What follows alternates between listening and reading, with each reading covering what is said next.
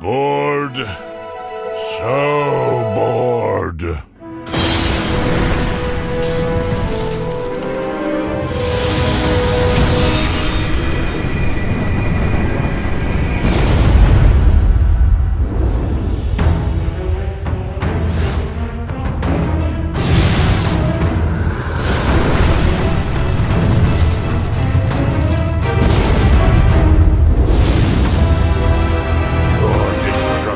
Shall be my greatest pleasure!